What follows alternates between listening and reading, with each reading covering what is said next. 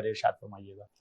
جی، صحابہ اکرام رضوان اللہ علیہم اجمعین کہتے ہیں کہ نبی پاک صلی اللہ علیہ وآلہ وسلم استخارے کی ہمیں تعلیم اس طرح دیتے تھے کہ جس طرح قرآن کی سورت کی یا آیت کی تعلیم دیا کرتے تھے، اس طرح استخارے کی تعلیم دیا کرتے تھے۔ تو سرکار دو عالم صلی اللہ علیہ وآلہ وسلم استخارہ کرتے نہیں تھے، بلکہ صحابہ اکرام رضوان اللہ علیہ مجمعین کو تعلیم دیتے تھے کہ آپ اس بارے میں استخارہ کریں۔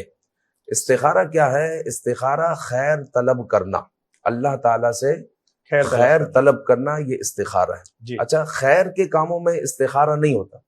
مثال کے طور پر کسی کو صدقہ دینا ہے تو وہ استخارہ کرے کہ جناب میں صدقہ دوں یا نہ دوں، نماز پڑھوں یا نہ پڑھوں۔ خیر کے کاموں میں استخارے نہیں ہوتے۔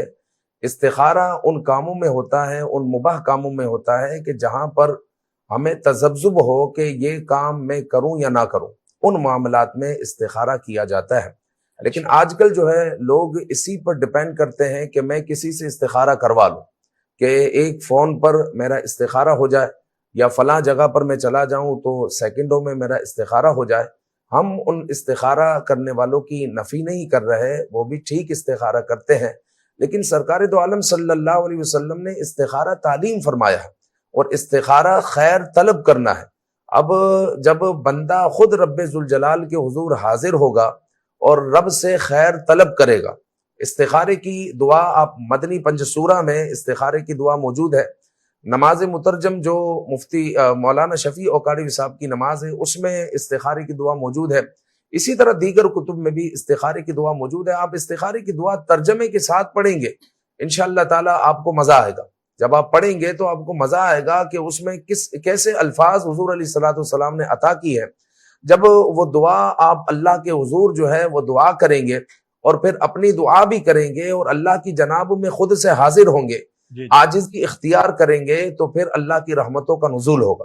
آپ جس معاملے میں استخارہ کرنا چاہتے ہیں، خیر طلب کرنا چاہتے ہیں، تو اس معاملے میں اللہ کی رحمت جو ہے آپ کے ساتھ ہو جائے گی اور اللہ تعالیٰ کی خصوصی مدد آپ کے ساتھ ہوگی انشاءاللہ العزیز۔ جو بھی معاملہ ہوگا کھلی کتاب کی طرح آپ کے سامنے آ جائے گا۔ تو لہٰذا کوشش کریں کہ استخارہ خود سے کریں، استخارہ خود کریں، اور استخارے کا جو مسنون طریقہ ہے اسی طرح جو ہے استخارہ کیا جائے، یعنی 2 رکعت نفل نماز استخارہ پڑھیں اور پھر جو ہے استخارے کی دعا آپ پڑھیں اور اللہ کے حضور آپ عاجزی کے ساتھ دعائیں کریں اور پھر جو ہے آپ سو جائیں۔ اچھا، یہ بھی ضروری نہیں ہے کہ استخارے میں آپ کو کوئی خواب نظر آئے، کہ خواب نظر آئے گا تو ہی جو ہے آپ کو کوئی اشارہ حاصل ہوگا۔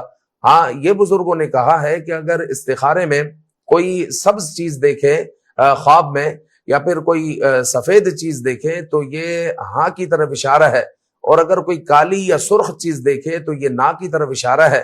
لیکن اگر کسی کو کوئی خواب ہی نظر نہ آئے، وہ استخارہ کرتا ہے لیکن اس کو استخارے میں کوئی خواب ہی نظر نہیں آیا، تو کوئی مذائقے والی بات نہیں، تو وہ 1 دن یا 3 دن یا 7 دن کرے تو یہ سب سے بہتر ہے۔ تو وہ دیکھے کہ اس کا ذہن کس طرف جا رہا ہے، جس طرف اس کا ذہن جا رہا ہے، اب جس بات کا دل چاہ رہا ہے تو سمجھیں کہ استخارے میں اسی طرف اشارہ آ رہا ہے۔ تو استخارہ خود کرنا چاہیے، اللہ تعالیٰ سے عاجزی کے ساتھ دعائیں کرنی چاہیے، تو انشاءاللہ تعالیٰ آپ جو بھی کام کر رہے ہیں تو اللہ کی رحمت جو ہے آپ کے اس کام میں معاون ہوگی اور کام آسان ہو جائے گا، نقصان سے بچ جائیں گے۔ دیکھیں آقا کریم صلی اللہ علیہ وسلم نے فرمایا، جو بندہ اللہ تعالیٰ سے کسی کام میں رہنمائی طلب کرتا ہے وہ کبھی بھی خسارے میں مبتلا نہیں ہوتا، وہ خسارے سے بچ جاتا ہے، خسارے سے بچ جاتا ہے۔ تو خود سے استخارہ کرنا چاہیے۔ حضرت صاحب یہ ارشاد فرمائیے گا